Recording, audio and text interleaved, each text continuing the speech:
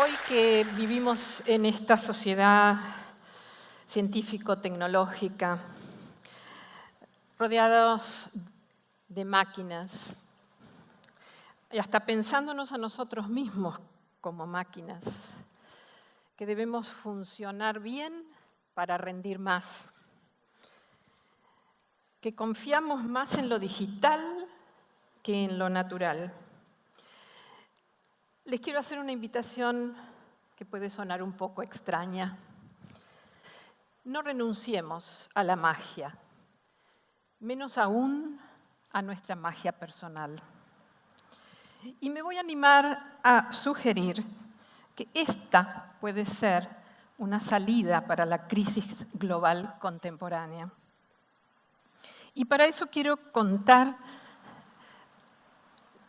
una faceta oculta de la historia de Newton, uno de los hombres más influyentes, uno de los científicos más notables de la era moderna. Cuando yo empecé a escribir mi libro, me parecía imprescindible tratar de demostrar y convencer a los lectores de que estábamos viviendo una crisis global. Y claro, pasaron casi 15 años hasta que terminé de escribirlo, y cuando estaba por editarlo, me di cuenta que esa introducción, donde describía tantos indicadores de la crisis, desde el cambio climático, las crisis económicas, financieras, sociales, los problemas de la salud mundial, etcétera, etcétera, que ya no hacía falta, que la crisis ya se había demostrado por sí sola, que todos sabemos que estamos en crisis, que la palabra crisis resuena en todos los oídos, que hace acelerar todos nuestros corazones. Por eso creo que hay que más que demostrarla, la crisis hoy hay que pensarla, hay que reflexionar y hacernos las preguntas adecuadas para encontrar salidas. ¿Cómo fue que llegamos hasta aquí?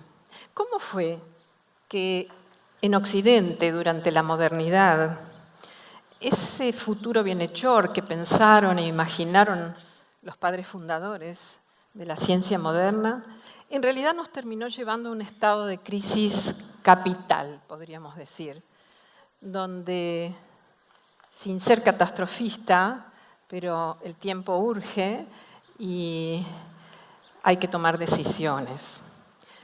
Y vivimos en un mundo que muchos calificamos como un mundo desencantado, porque ha perdido su encanto, ha perdido su gracia, ha perdido y hemos perdido el sentido de estar en este mundo.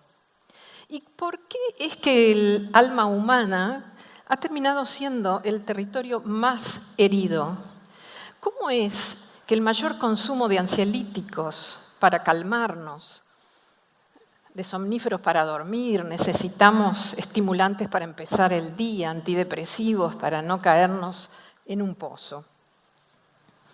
Y aquí es cuando quiero traer la historia de Newton.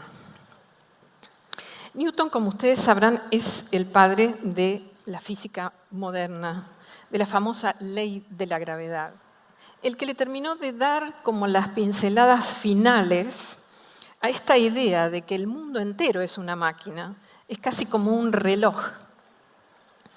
Sin embargo, y acá viene lo interesante, a mediados del siglo XX se remata en la Casa Sotheby's de Londres una gran cantidad de cuadernos de notas que estaban escritos en latín y en caracteres cifrados por puño y letra de Isaac Newton. Los compra un economista también muy famoso, Maynard Keynes,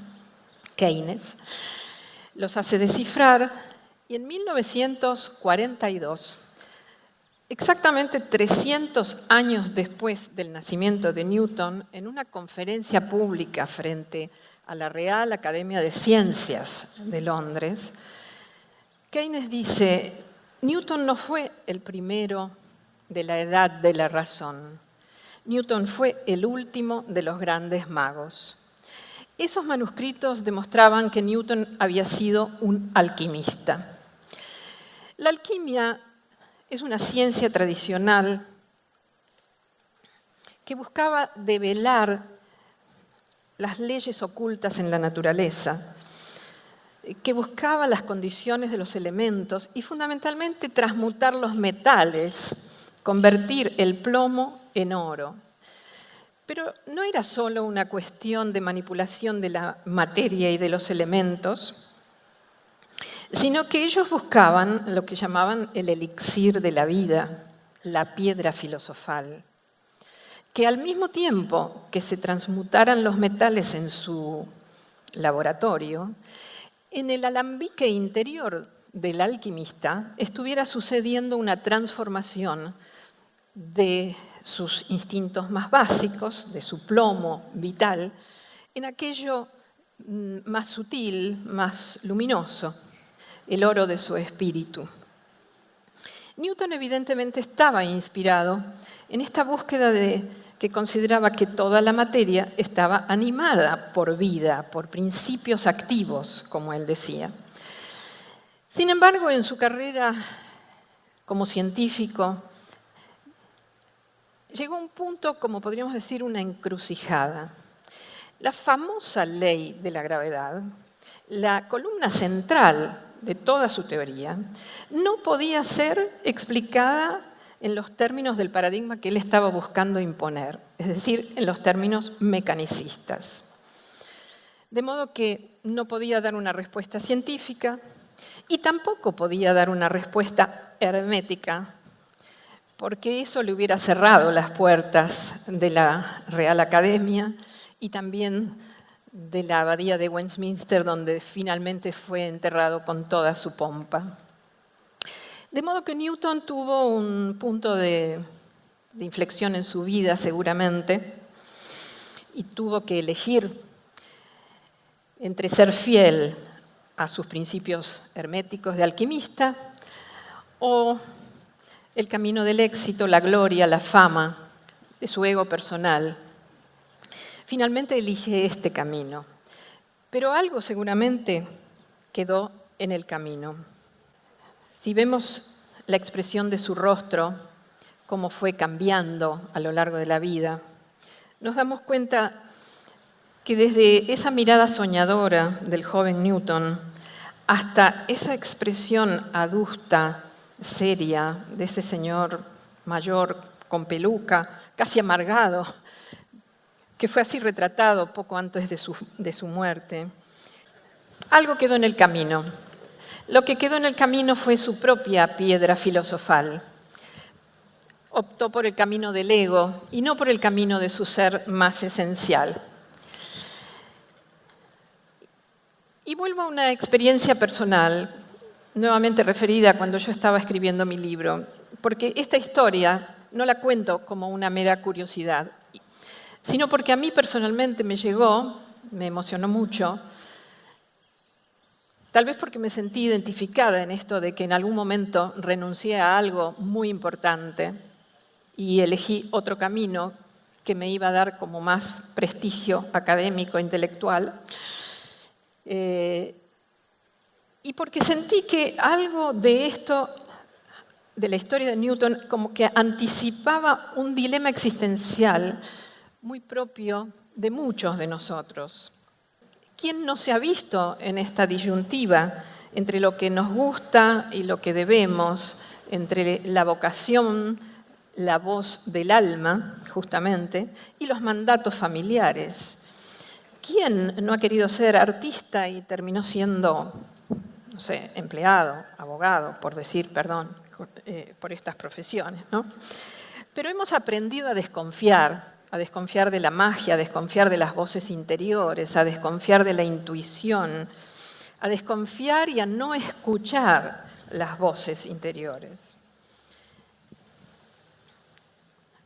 Y no será la depresión, la tristeza, el sinsentido, estos males de época que nos afligen de alguna u otra manera a todos, lo que está expresando que socialmente hemos elegido el camino de renunciar a la magia.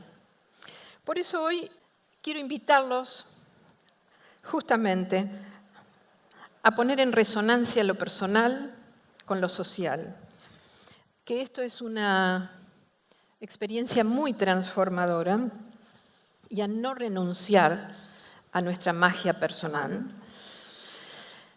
Tal vez Newton no pudo hacerlo, tal vez no quiso, tal vez hizo lo que debía hacer para su época.